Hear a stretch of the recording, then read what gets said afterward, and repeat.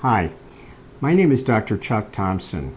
I'm going to be your instructor for HIMS670 the Capstone course. I'd like to welcome everybody to the course. When I looked at the class roster, I saw names of folks that I've had in classes in the past, so it's great to see you again. For those of you I don't know, I look forward to working with you this semester to learn more about you. I've been in clinical informatics for over 30 years, so I've seen lots of evolution in the profession. So it's going to be fun for me to share those things with you and then learn from you in that. When I was looking at this course, I thought of the word capstone, and I thought of the term or the literal translation as final stroke or culmination. So my goal in this course is to provide you with the tools and methods that are going to enable you to put into practice those final stroke principles that you can use for your practice. While some of you may be taking other courses, this capstone will be your last 3-hour graduate level course. Congratulations for getting to this stage in your professional life. I know it's probably been a tough haul for you. I can remember mine. So what we're going to do then with this capstone is to provide an environment where we can learn, we can share, we can read, we can look at the research. We definitely want to look at evidence-based practices. And essentially provide a forum for you to expand and grow and demonstrate that you can apply all the knowledge that you've gained throughout your entire tenure here at the university. Okay, so what I'd like to do is start out by taking a look at a high-level overview of the syllabus. The syllabus is a very detailed document, probably too long. I think it's 22 pages. But what I have done in this presentation is pull out some of the major points that I want to share with you, and then this will give you an opportunity to think about it as you review the syllabus in the course content of the classroom. Okay, so let's get started. I'm going to move now to a PowerPoint presentation and describe then some of the things that I think are important for you. I want you to take a look at slide 2, starting out with the course focus, because I think that gives you an idea of what I'm trying to do in this course. So one thing we're going to do is continue to build on theory and concepts that you've learned throughout your coursework here at the university. We're going to focus on the how you can apply those concepts to your daily practice, wherever that may be. Many of you will be in different practice settings, and so the richness of a course like this enables all of us to learn and understand how you're going to apply these principles to your particular settings.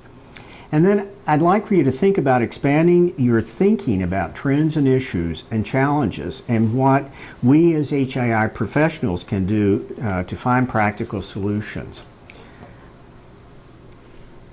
I also want to fine-tune your research and problem-solving skills through the creation of an individual strategic business plan. You'll see that's a significant requirement in the course. So I want you to be totally prepared to do that and understand what the requirements are for that. We want you to create tools and methods that will be the foundation for your practice in the real world. Because one of the things that happens, I think, in a course like this, we have a tendency to focus on either the evidence or the research or the academic focus, when we really need to know how to translate that into what you do every day in your work. And then last, I'd like for you to think about the life learning strategies that will keep your practice up to date and relevant wherever and whenever you practice. Okay, if you look at the next slide, it is the course objectives. I'm not going to read through them because you can do that, but I do want to pick out on keywords that I think are significant for you. If you look at objective 1, to analyze current trends, I've bolded the word analyze. The ability to analyze, problem solve, and critically think issues is very important. So I want you to think about as we go into our weekly sessions. In objective number 2, where we're looking at current trends, we're wanting you to be able to ultimately strategically manage healthcare services and organizations. So the content is to allow you to do that. We want you to be able to evaluate existing and new healthcare delivery models. They are coming at us at such a rapid pace, and we're going to talk about that in a couple of our modules. But one of the things that we want you to be able to do is evaluate that and how you can optimize the use of those for delivery for both consumers and organizations. And then I want you to think about the socio-cultural mores and again, how we can change the culture to optimize the adoption of health IT, which is a huge, huge issue in the work settings today, especially now related to meaningful use. Objective 5 looks at really our focus on practices that are needed to create a patient-centered health system, a very difficult thing to not only get practitioners to look at that, but also having patients and clients involved in their own care. Again, in Objective 6, we're looking at applying evaluation techniques, and the word in that objective is apply. We want you to be able to take information and actually use it and apply it. And we'll be doing that a lot in this course through our assignments. Certainly comparing and contrasting the effects of IT on the healthcare market. We certainly are bombarded by government, both state and federal regulations, and professional organizations, and many different things that are having an effect on healthcare delivery. All of those will ultimately impact health IT too. And then last, we want you to be able to examine the role that you play in shaping healthcare policy and healthcare delivery processes. And one thing I would add there, I think, is the healthcare research agenda. So all of these you will be working in and providing for both the national and the international settings. Okay, let's look at slide 6. I wanted to talk to you just a very brief minute about how the course content has been divided. So what we've tried to do is think of it from a progressive viewpoint. So in Module 1, we're strengthening the knowledge, skills, and abilities as a foundation for HAI practice. You've got 18 months, 2 years of experience now of knowledge, skills, and abilities.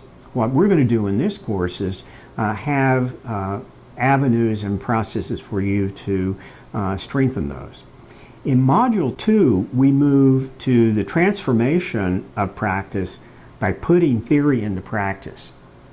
Here again, theory is fine. If it doesn't actually result in changes to you, patients, the healthcare delivery system, and people we touch in healthcare, then we've not done our job. So we're going to look at what can I do to transform practice.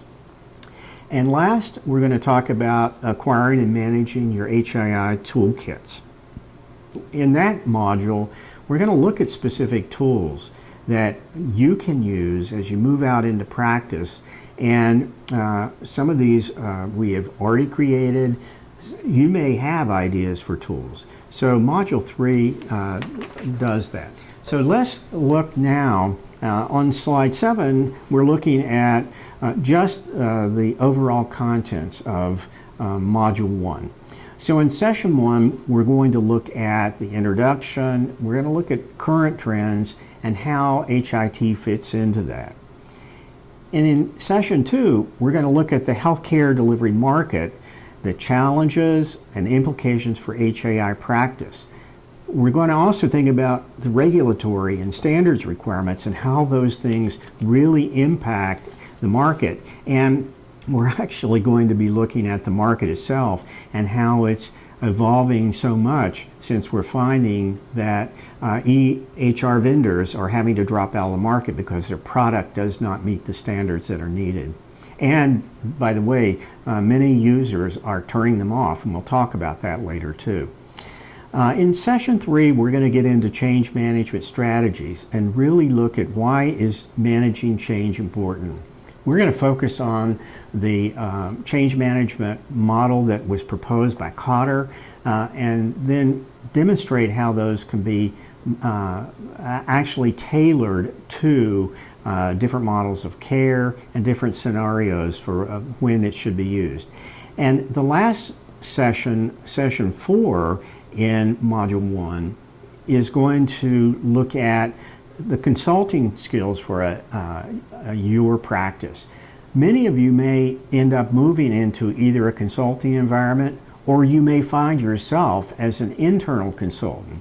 So what we're going to do is we're going to look at refining your consulting skills, and we're going to look at a very, very classic Harvard Business Review case study of a consulting experience that didn't go well either for the consultant or the client. So we'll be working with that. In slide 8, we introduce Module 2. And again, Module 2 is transforming practice by putting theory into practice. In session 5, we're going to look at healthcare data, regulations, laws, and standards, and what the implications are for practice. In session 6, we're going to address organizing and managing HIT services. Many of you are either in these roles now or want to be in these roles in the future. So we're going to look at some of the principles of how do you do that and how do you do it in a meaningful way. In session 7, we're going to look at using HIT to implement and evaluate new models of care and other healthcare delivery. As I stated earlier, there are numerous things ongoing in healthcare today, and it's almost moving so fast that by the time we even finish this course, we will find some of them have already, the trend is gone. But anyway, we will look at that. And then session 8 is going to be managing continuous quality improvement across the continuum of care. We're going to be looking at the different CQI principles and the different models of how to do it. So I look forward to sharing some of that with you. On slide 9, we look at Module 3, which is acquiring and managing your HAI practice toolkits. So one of the things that I found as a practitioner, and especially depends on the setting you're in and what you need to do, you really do need to acquire and manage your own tool set, your tools of the trade, if you will. So we're going to look at how do you do that and kind of think about it from the perspective of what do clients want to buy. And when we think about that, it's both internal and external.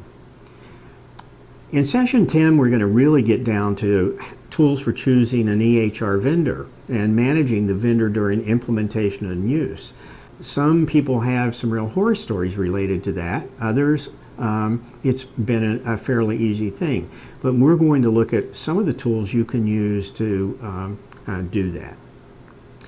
In session 11, we're going to really get into measuring the value through the use of HIT. We'll talk a little bit about return on investment strategies and the evolution that we've been working with ONC on a tool that's called a continuous improvement tool that will enable practices to determine what will happen if I implement an EHR, or what will happen if I can manage a population and all the new models of care.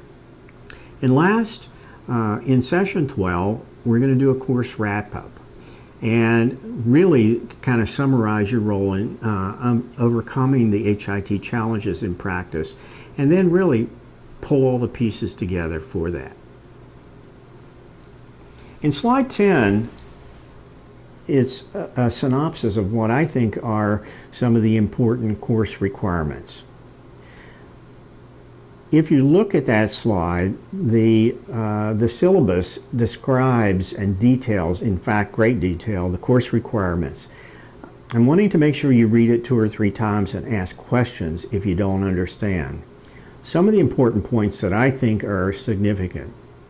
The Wager text and the APA publication manual, the 6th edition, are going to be used throughout the semester. So I will be referring you to readings in these texts, and I think you will find it definitely.